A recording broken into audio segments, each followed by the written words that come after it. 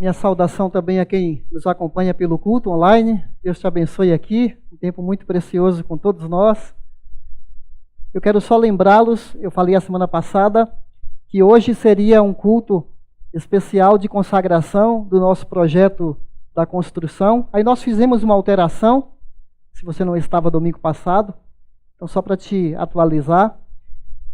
Domingo que vem, dia 2, nós vamos receber a visita do presidente de uma agência missionária americana, Dr. Paul, o nome dele, Dr. Paulo.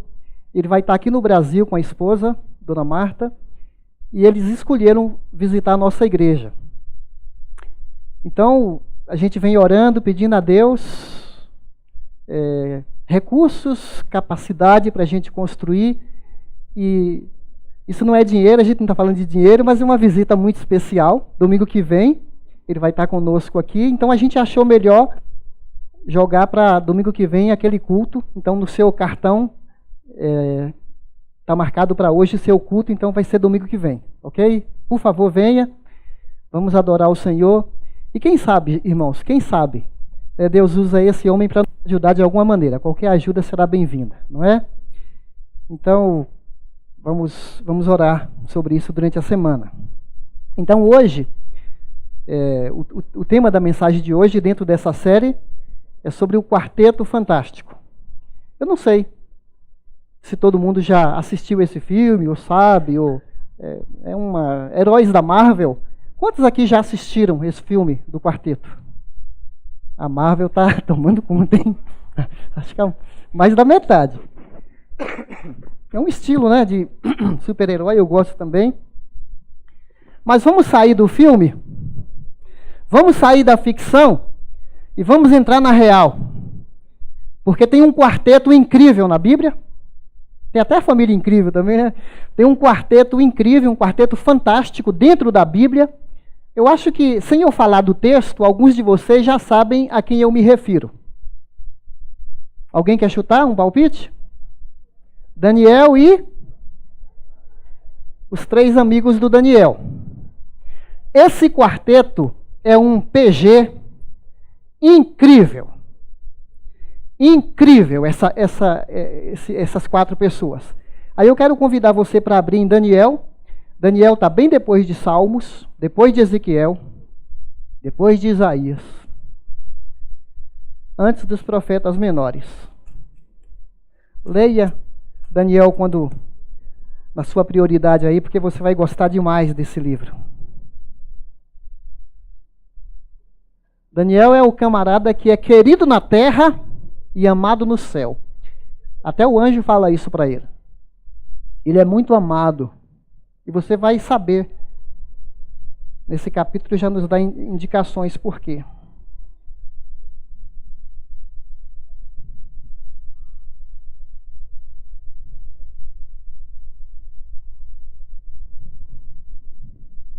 O texto está ali na tela, Daniel 1, 8 a 16. Acharam? Então eu vou ler. Daniel, contudo, decidiu não se tornar impuro com a comida e com o vinho do rei, e pediu ao chefe dos oficiais permissão para se abster deles. E Deus fez com que o homem fosse bondoso para com Daniel e tivesse simpatia por ele. Apesar disso, ele disse a Daniel: eu tenho medo do rei, o meu senhor, que determinou a comida e a bebida de vocês. E se ele os achar menos saudáveis que os outros jovens da mesma idade, o rei poderia pedir a minha cabeça por causa de vocês. Daniel disse então ao homem que o chefe dos oficiais tinha encarregado de cuidar dele e de Ananias, Misael e Azarias, aqui são os outros 3 amigos: peço-lhe que faça uma experiência com os seus servos durante 10 dias, não nos dê nada além de vegetais para comer e água para beber, depois compare a nossa aparência com a dos jovens que comem a comida do rei e trate os seus servos de acordo com o que você concluir. Ele concordou e fez a experiência com eles durante 10 dias. Versículo 15, passados os 10 dias, eles pareciam mais saudáveis, mais fortes do que todos os jovens que comiam a comida da mesa do rei. Assim, o encarregado tirou a comida especial e o vinho que haviam sido designados, e em lugar disso lhes dava vegetais.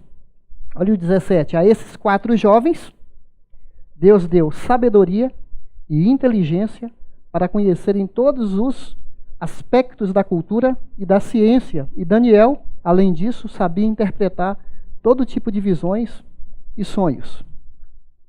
Muito bem, gente. Nós estamos falando aqui de um texto que fala de 4 rapazes que foram tirados, foram arrancados à força do seu ambiente natural. Foi uma coisa abrupta. Israel foi cercado pela Babilônia. Durante vários dias seguidos, deixaram o povo ficar com fome. Foi um cerco. Jerusalém estava sitiada. Deus tinha advertido esse povo pelos profetas que buscassem ao Senhor, e o povo estava entregue à imoralidade, idolatria, sincretismo religioso, assimilando a cultura, as religiões dos povos em volta. A gente já estudou sobre isso nos profetas menores. Aqui é o ano 605 a.C. O rei Nabucodonosor tira esses jovens, e vários, não só eles, outros também, da elite de Jerusalém, poupa vários jovens, várias famílias, e deixa lá os velhos e as crianças, os muros da cidade derrubados. Quantos quilômetros tem de Jerusalém para onde eles foram levados? Por volta de 1.300, mais ou menos 1.300 quilômetros. E eles estão lá, você pode perceber aqui nos primeiros versículos, que fala sobre isso, do versículo 1, fala que no terceiro ano do reinado de Jeoaquim, que era o rei de Judá, Nabucodonosor, rei da Babilônia, veio a Jerusalém, a sitiou, e o Senhor entregou o rei Jeoaquim, rei de Judá, nas suas mãos, também alguns dos utensílios do templo. Eles quebraram o templo, levaram os objetos, ele levou os utensílios para o templo do seu Deus, na terra de Sinear, e os colocou na casa do tesouro do seu Deus. O Nabucodonosor, ele tinha uma estratégia com o povo dominado. Ele pegava os jovens potenciais e fazia um estágio com esses rapazes, para que da Babilônia esses jovens fossem um contato com o povo conquistado. Ele era estrategista porque se o povo conquistado no futuro ficasse forte, pensaria 2 vezes antes de atacar a matriz, porque a liderança daquele povo conquistado morava na Babilônia. Era uma estratégia de dominação. Então ele selecionou esses jovens, Daniel e os seus amigos, e faz com que esses jovens se desconvertessem. Guarda essa palavra, porque a gente vai trabalhar nesse texto nesse sentido. Eles eram jovens arraigados na fé, piedosos, bem ensinados pelos pais, e isso é muito saudável, isso é muito bom, quando nossos filhos encarnam verdades da fé. Por quê? Porque eles podem estar num contexto sem você, pai e mãe, onde são só eles, qual é o caso deles, sem igreja, sem os pais, sem os amigos, sem o conforto do seu ambiente. Agora eles estão na Babilônia e agora vão fazer de tudo para apagar a identidade deles, para que eles assimilem uma cultura, uma literatura, um conhecimento em que Deus vai ficar apagado da sua memória. É uma lavagem cerebral no sentido muito persuasivo que a Babilônia está fazendo hoje com a gente. Nós estamos vivendo na Babilônia. E essa fé que você tem, essa semente que está no seu coração, se não estiver germinando, adubada e crescendo, o mundo vai conspirar para você se tornar igual ao meio. Tem até um filósofo que falou que o homem é o produto do seu meio. Ele se amolda ao seu ambiente. Só que esse quarteto vai ensinar para nós que é possível fazer diferença no meio de uma geração perversa, no meio de uma geração corrompida. É possível você se adaptar a grandes mudanças sem perder suas raízes, sem perder suas referências que te dão sustentação. Então essa é a proposta que eu queria compartilhar agora, nessa frase aqui. Em cada geração, Deus levanta pessoas-chave para fazerem diferença.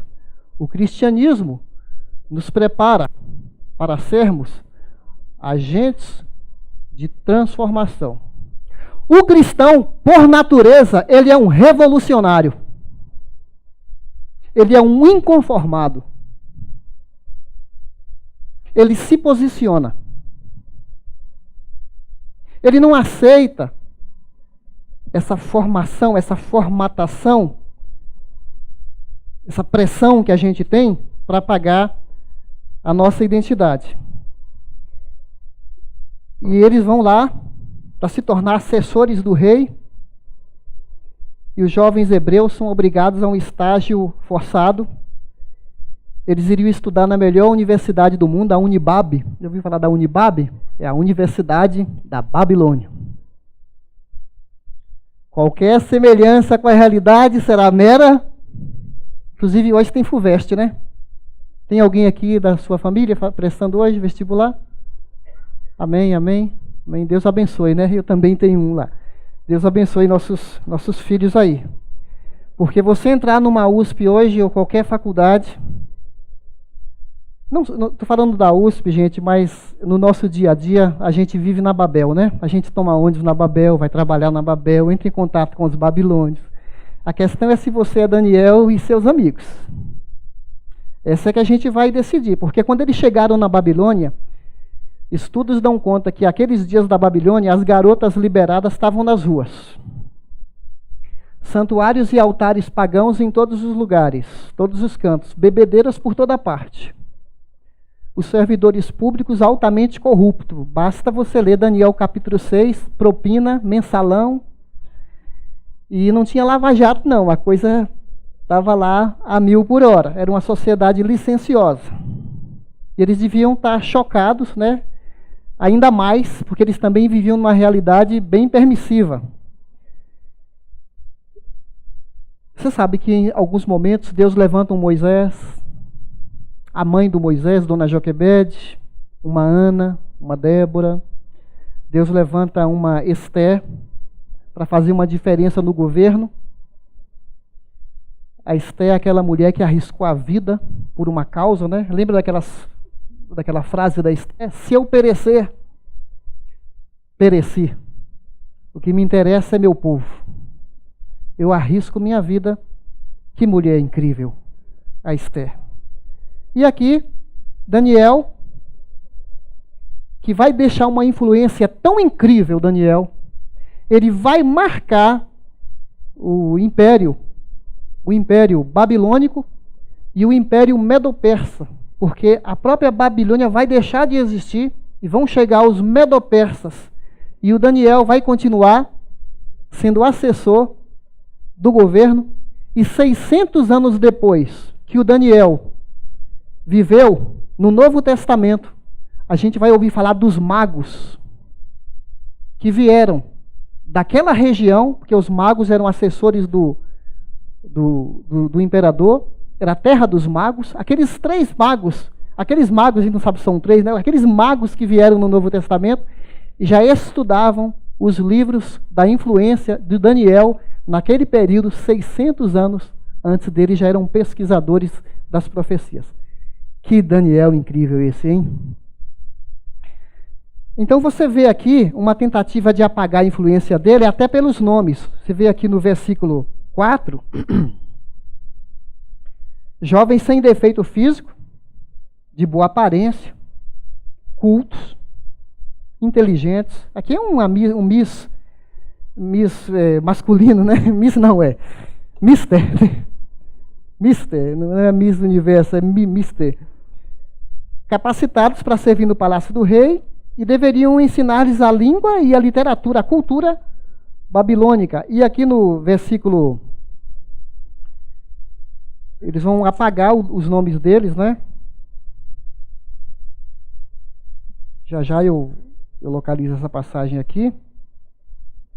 É o versículo 6, né? É 7, na verdade, né? É 6 e 7. Entre eles estavam os que vieram de Judá: Daniel, Ananias, Misael e Azarias. O chefe dos eunucos, dos oficiais, mudou seus nomes. Daniel deu o nome de Beltesazar, Ananias, Sadraque, Misael, Mesaque e Azarias, tadinho, o mais azarado deles aí, né? Já é feio, o Azarias mudou para Abednego. Você sabe que todos esses nomes aqui eram divindades, nomes ligados aos deuses da Babilônia. O de Daniel, Deus proteja, significa Deus é meu juiz. Deus é meu juiz, significa Daniel. Mudaram para o Bel, que é um deus babilônico, que o Bel proteja a sua vida. Azarias, o nome é o Senhor te ajude, mudou para o servo do Deus da sabedoria babilônico. Misael significa a sombra de um outro Deus. Ananias, que significa o Senhor é gracioso, passou para o servo do Deus da lua. Você sabe que o nome para o judeu é muito forte porque carrega sua missão. Mas você vai descobrir ao longo dos capítulos que esses nomes não colam. Daniel não é chamado de Beltesazar, nem os outros, esses nomes não colaram neles. Esse apagamento da identidade não se configurou. E vocês sabem por quê. Então queriam colonizá-los. Agora, qual é o segredo do Daniel e seus amigos? Antes de avançar, no capítulo 2, Daniel ora e pede sabedoria para interpretar o sonho do rei. No capítulo 6, quando tentavam lançar Daniel na cova dos leões, ele orava 3 vezes por dia. O tempo todo Daniel está orando. No capítulo 9 ele está orando. O segredo nosso não é da nossa força, é de um andar com Deus. Eles se reúnem, eles fazem orações aqui, os 4 amigos. A oração, a sintonia com o Eterno, nos dá discernimento para a gente saber o que fazer. No capítulo 9, Daniel lê. E o que Daniel lia? O Antigo Testamento. Então, de vez em quando, a gente traz à memória a importância de ler a Bíblia e da oração. É isso que nos fortalece, é isso que deu consistência para o Daniel. Então, o primeiro teste que ele passa aqui, a pressão da cultura para enfraquecer as nossas convicções. Você tem sentido isso na sua vida? Você sabe que as novelas têm toda uma ideologia atrás delas? Você sabe que as séries de cinema têm todo um planejamento de doutrina? Por que se investe tanto nas crianças, tentando ensinar essas ideologias do gênero e outras coisas? E agora, não sei se vão conseguir, né, criar escola sem partido, mas tem muito professor doutrinando nossos filhos mais do que nós mesmos na nossa casa. Aí depois seu filho chega num momento, você vai falar algo para ele fala que você está totalmente equivocado, porque, imagina, toda semana, horas e horas na classe e doutrinando os nossos filhos. A Babilônia doutrinando os nossos filhos. Então nós sofremos com isso. Se não mudam o nosso nome de cristão, tentam mudar nossas crenças, nossos valores. Então há forças do mal tentando alterar a nossa crença, como se Deus fosse dispensável e cada um é livre para fazer o que quiser. E a estratégia do inimigo não mudou. A estratégia do inimigo continua igual. Depois desse teste, vai vir esse segundo aqui. Pressão para abandonar princípios de vida através de uma lógica vantajosa. Então, eles vão ser submetidos a uma lógica aqui, que você vê no versículo 5.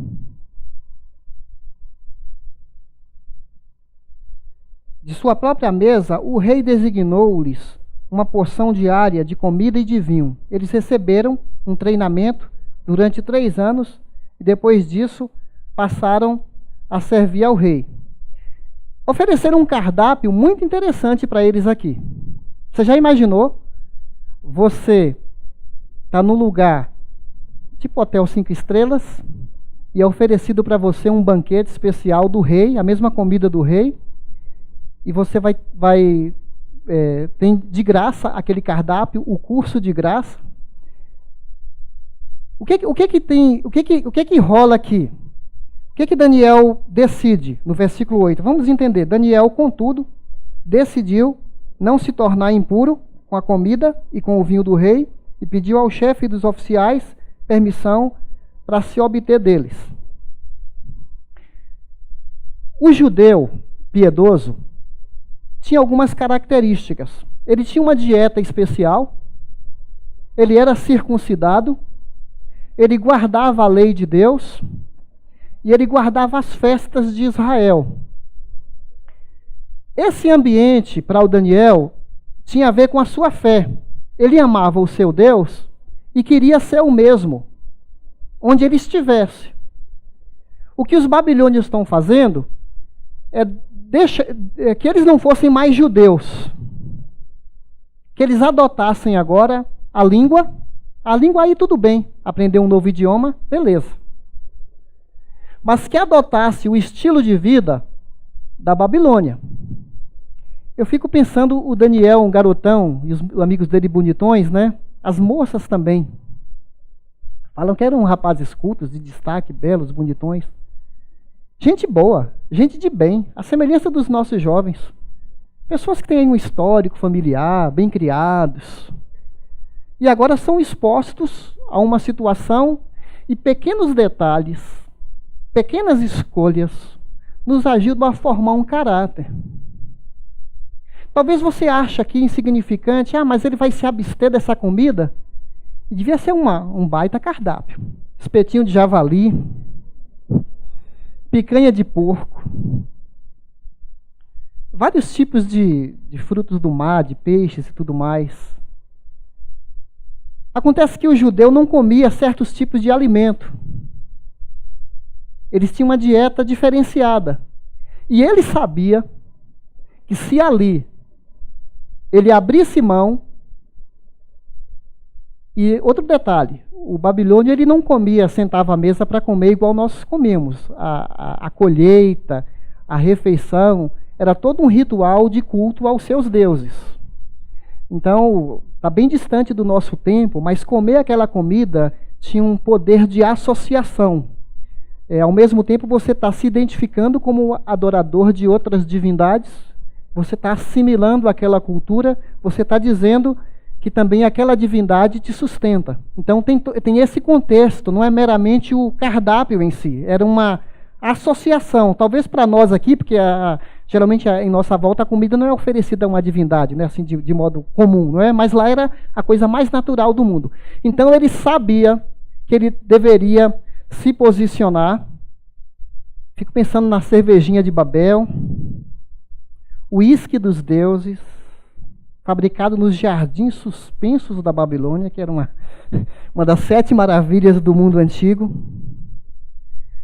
E o Daniel, lá no seu íntimo, ele falou assim: se eu fizer concessão, eu vou perder minha liberdade, vou perder o respeito, vou perder minha autoridade, e a partir daqui, foi isso que construiu um caráter para quando chegar no capítulo 6, o teste da propina, de uma conspiração, esquadrinharam os computadores de Daniel no capítulo 6, grampearam o seu telefone, grampearam o seu celular, e eles falam assim: nós não encontramos absolutamente nada no histórico desse cara, ele é íntegro.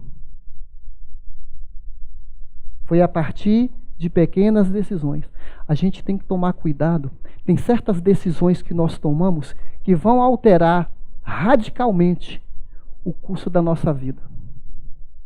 Tem pessoas que estavam indo numa história tão bonita, mas é questão de uma decisão, porque aqui está a vontade de Deus para nós. Um atalho que a gente pega em pequenas escolhas, você muda a sua configuração de vida e fica no labirinto e às vezes pena para voltar para o centro da vontade de Deus. E você fica seguindo seu coração, seus desejos e perde o foco. Mas ele falou, eu não posso perder o foco. Eu tenho que olhar para Deus. Igual José. Tentação da mulher, da esposa do seu patrão, dando em cima dele. E ele longe de casa, fala que ele decidiu, Deus me vê, eu tenho que agradar o Senhor, eu tenho que ficar firme nos propósitos que Deus colocou no meu coração. Então é por isso que no versículo 8, Daniel, contudo, decidiu. Olha, não adianta você decidir. Aí eu decidi fazer algo. A questão é da decisão, lembra daquela série que nós pregamos aqui? A decisão virá uma resolução. E a resolução virá uma ação. Então ele agiu em função, ele decidiu firmemente, não fracamente. Ele não vacilou, não. Meu querido, se você não for um cara firme, numa rodinha de amigos que começa a contar certas piadas, se você não for firme quando te passam certos vídeos, se você não for firme na hora do happy hour e depois do trabalho, de tomar uma postura, tomar uma decisão, se você não for firme no trabalho diante de uma pressão, você não ficar firme, não firmar a posição, não for forte nas suas convicções, porque o que está acontecendo com o mundo, esse apagamento da identidade do cristão, o cristão está virando secularizado. Você começa a não perceber mudança nenhuma entre o cristão e o não cristão, porque está tudo igual. Fizeram essa pesquisa ontem, eu e o Daniel Dantas, a gente estava num evento, fizeram uma pesquisa com os jovens norte-americanos, de 14 anos em diante, e nessa pesquisa, eu não guardei os números, mas constatou-se que o jovem americano, ele crê em Deus. É um tipo de deísmo. Ele crê em Deus, mas Deus não interfere no seu dia a dia. Minha vida está aqui, eu faço as minhas escolhas, eu quero ser feliz, eu quero ter conforto, eu quero fazer o que eu gosto, quero aproveitar o mundo, e Deus não tem nada a ver com isso. Essa é a crença daquela juventude norte-americana. Eles estão anestesiados pensando que acreditam em Deus. E essa anestesia é semelhante a um entorpecimento. Eles estão entorpecidos. Acreditam em Deus, mas buscam alternativas para ter prazer em tudo. Olha só, a nossa geração não quer sofrer, não quer se negar, dizer não, porque aqui Daniel decidiu, eu não vou me contaminar com esse banquete, com esse estilo de vida. Ele decidiu. A nossa geração não quer sofrer, não sabe lidar com as perdas. É tirar um celular, parece que o mundo caiu. Se você dá uma suspensão do celular. Semana retrasada, um garoto de 16 anos namorando com uma garota de 16 anos, a moça não quis mais continuar o namoro, isso acontece com frequência, ele vai tirar a vida da garota, porque não sabe lidar com as perdas. Ele tem a pessoa e trata o outro como posse. Trata o outro como seu objeto, que manda, que escraviza, que faz um terrorismo psicológico, e às vezes os filhos fazem até terrorismo psicológico com os pais. Não sabem lidar com a pressão da vida, muitos estão se suicidando, porque não estão sabendo, não estão emocionalmente preparados com a pressão da vida. Aí fica uma geração secularizada, vão à igreja, e a religião vira uma anestesia. para um alívio. As pessoas estão indo na igreja para ter um alívio, não para buscar Deus. É para cumprir uma obrigação religiosa, assim como fumar maconha, para dar um certo alívio. Olha, tem coisas que eu estou falando aqui que pode ser que para você não tem sentido nenhum. Talvez você está vivendo num filme.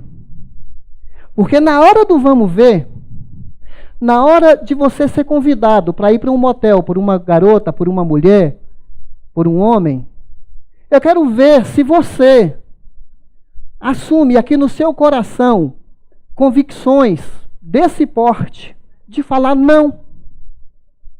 Eu preciso de limites. Não. Mesmo que todo mundo fale, mas todo mundo faz. Ah, que é isso, pastor? Uma mentirinha a mais, uma mentirinha branca, uma mentirinha... Não sei se tem mentirinha branca ou negra, né? Mas todo mundo faz. Minhas amigas namoram. Todo mundo dorme com o namorado. Todo mundo fala palavrão. Ah, fofocar não faz mal para ninguém. Todo mundo fala aqui um pouquinho mal do outro. Então, nós somos imersos numa cultura que tenta apagar tudo que a gente vai aprendendo. Acontece que esses rapazes, eles estão aqui para propor, que fala assim, Deus está fazendo algo bonito na minha vida, e eu preciso de convicção. Eu não posso ser raso. Eu preciso de consistência.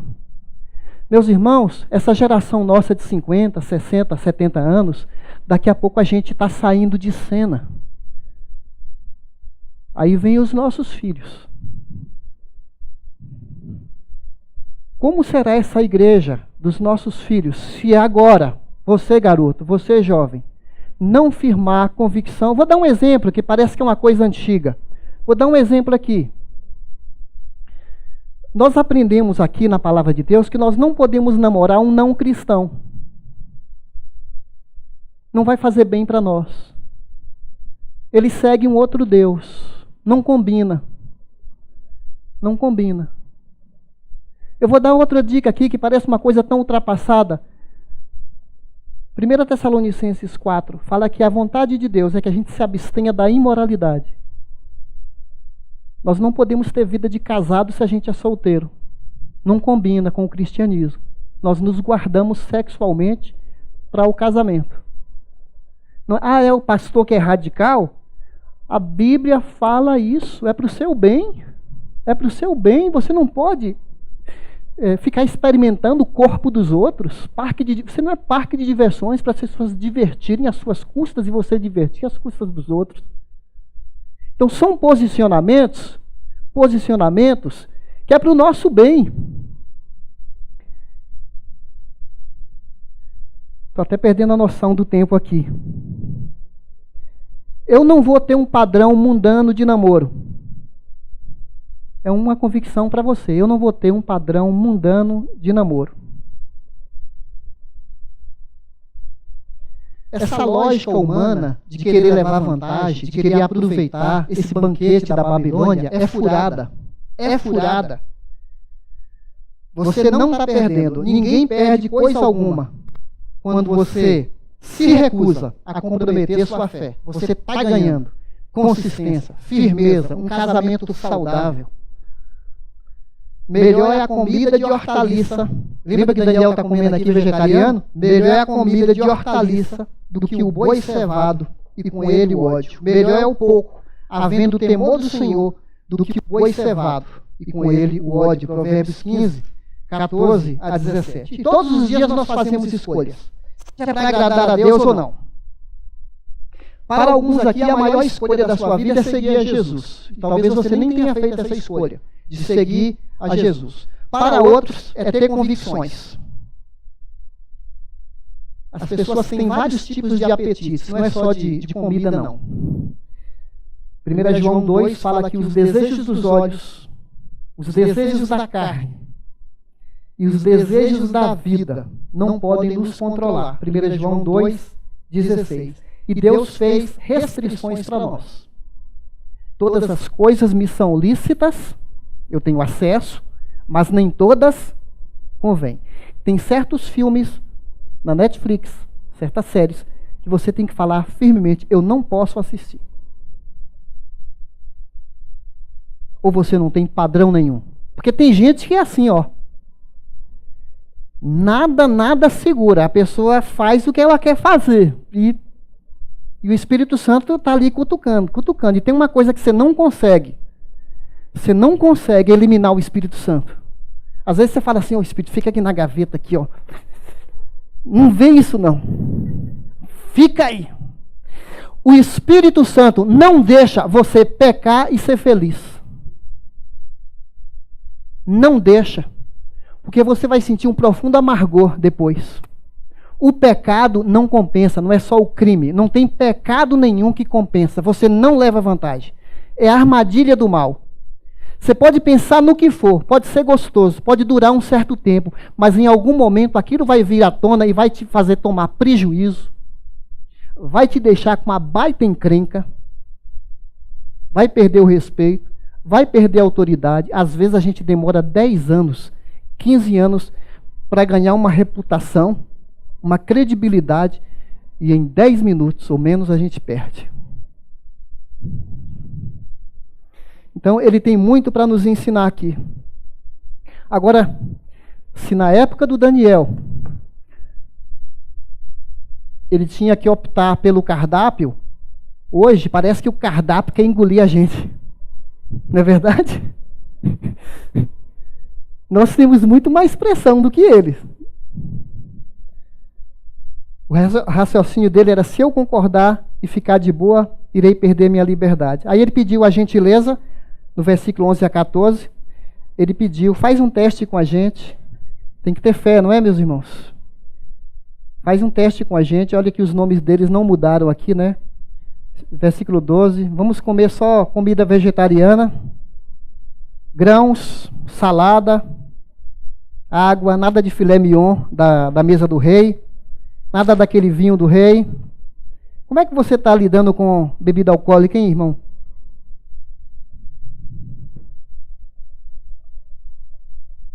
Eles foram recompensados no versículo 17, não é? Eles foram recompensados, Deus deu para eles sabedoria e inteligência para conhecerem todos os aspectos da cultura, da ciência. Foram aprovados aqui, ele e seus amigos. Um milagre que vai dar resistência. No capítulo 3, o rei vai fazer uma estátua de ouro e vai mandar todo mundo adorar a estátua do ouro, que era um símbolo do rei, aquela culto ao imperador. E eles, qual a resposta que eles deram para o rei? O rei falou assim: tem 3 ali que não se dobraram, porque Daniel devia estar fazendo uma viagem naquele momento, mas os 3 não se dobraram perante a estátua. Aí o rei vê aqueles 3 jovens de pé, e o rei fala assim: por que eles não adoram a minha estátua? Aí falaram que eles não iriam adorar de jeito nenhum, só adoravam a Deus. Qual a resposta? Aí o rei fala: aqueça a fornalha 7 vezes mais. Aquecer a fornalha, estava tão quente a fornalha que quando os caras foram aquecer, eles caíram chamuscados lá, por causa da pressão para aquecer a fornalha. Aí os 3 falaram assim: se Deus vai nos livrar ou não, isso é com Ele.